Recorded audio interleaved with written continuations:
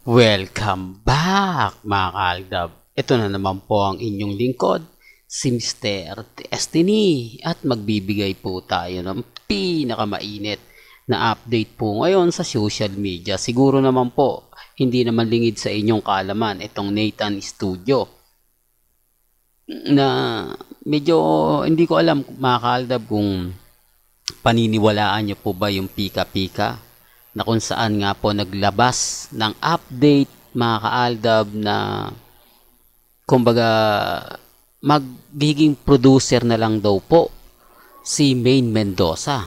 Yan base po sa mga nakakalap nating impormasyon. May bali-balita na sinabi nga po raw ni Sylvia Sanchez na mag-produce na lang daw po si Maine Mendoza sa Nathan Studio. Ito po'y kumakalat ngayon mga kaaldab sa social media. Sabi ko nga po sa inyo pagdating sa pagbibigay ng update, 101% tayo. Tinuturuan daw po ni Sylvia Sanchez si Maine Paul Carson na maging producer. Ito'y kumbaga para sa susunod nga po raw magkasama na sila na magpo-produce ng movie. Grabe, di po ba? Ganyan po sila ka-talented mga kaaldab sa pagbibigay ng mga update. Sabi ko nga po sa inyo, may kanya-kanya po tayong opinyon, may kanya-kanya po tayong pananaw. Hindi po ba? Sa mga sinasabi ko o sa mga pinapaliwanag ko, maging updated na lang po kayo. Hindi po ba? Nakakalungkot lang po. Dahil, kumbaga, sila po talaga yung gumagawa ng issue. Hindi po ba? Pag ganyan talaga yung may kita nyo na kumakalat sa Instagram, sa Twitter, sa Facebook, normal lang po yan. Di po ba? Baka sabihin nyo, Mr. Destiny, pinapasikat mo pa Kumbaga, pinapalaki mo lang. Hindi po, kumbaga, pinag-uusapan na po kasi ito Di po ba? Sabi ko nga po sa inyo, kapag may mga update, kailangan din alam po ninyo. Kailangan lahat ng mga kaganapan 101% updated po kayo. Yan naman po yung kagandahan nyo sa channel ni Mr. Destiny. Ano man po yung mga naririnig nyo, nalalaman po o nababasa, napapakinggan. Kung gusto nyo lang po ng update, abay pupunta lang po kayo dito sa channel ni Mr. Destiny para updated po kayo. Pero bago natin ituloy itong update na to, kung bago ka lang sa channel na to, at isa kang true-blooded Aldab Nation na nagmamahal kina Mengay at Isoy, tama po ang channel na pinuntahan mo kaya consider na po kitang bagong subscriber. At huwag mong kalimutang i-share ang mga video po natin sa mga mami, sa mga titas, at sa mga senyor. Remind ko lang po sa mga dumadaan sa channel natin, sa mga bumibisita, dito po sa update natin wala pong pilitan. Ang gusto ko lang po maging updated po kayo.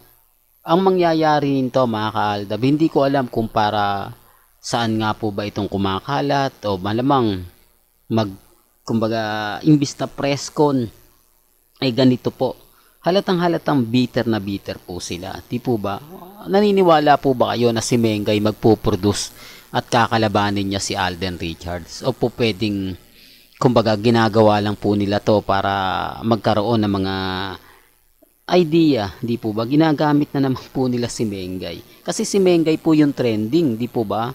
Kaya normal lang na ganito po yung mga mapapanood natin, mapapakita. Pero wala naman pong interview na naganap na galing po mismo kay Ibiang mga kaaldab na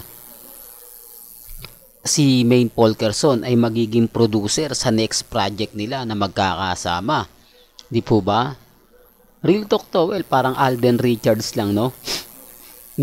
Grabe, ganyan po sila talaga ka-bitter. Sabi ko nga po sa inyo, yung mga taong magre-react, pupunta sa channel natin.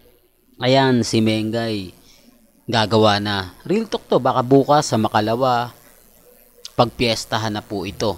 Di po ba? Yung tipong napakaraming tao nang pupunta, napakarami ng tao ang magkakalataw. Ayan, si Mengay gagawa na ng pelikula, siya na yung magpo-produce, tinuturuan na siya ni Ibiang. Hindi posibleng kumalat to kasi sabi ko nga po sa inyo, si Mengay trending kasi. Kaya nga po ginagamit nila. Di po ba? Kaya nga po may mga bagay-bagay na ito na nga po ba, ganito na nga, totoo nga po ba yan? Hindi nga po nila alam kung nasaan si Ibiang. hindi nga po nila alam kung nasaan si Congressman Spotted. Tapos may mga ganito tayo mababalitaan. Di po ba? Kaya nga po ako nagtataka na lang na bakit kaya ganyan. Sa gusto po kasi nila makahanap ng update, sa gusto po kasi nilang makakuha at makasimpatya, yan po yung ginagawa nila. Di po ba? Sinasabi ko lang po ito para po sa kaalaman ng lahat, para po sa mga taong dumadaan at bumibisita sa atin. Bagamat maraming mga issue, bagamat maraming nagsasabi, okay lang naman yan. Ako hindi naman po talaga tayo, kumbaga, alam nyo na mga kaaldab, sabi ko sa mga taong bibisita at dadaan sa channel ko, may kanya-kanya tayong pananaw, may kanya-kanya po tayong opinyon. Di po ba?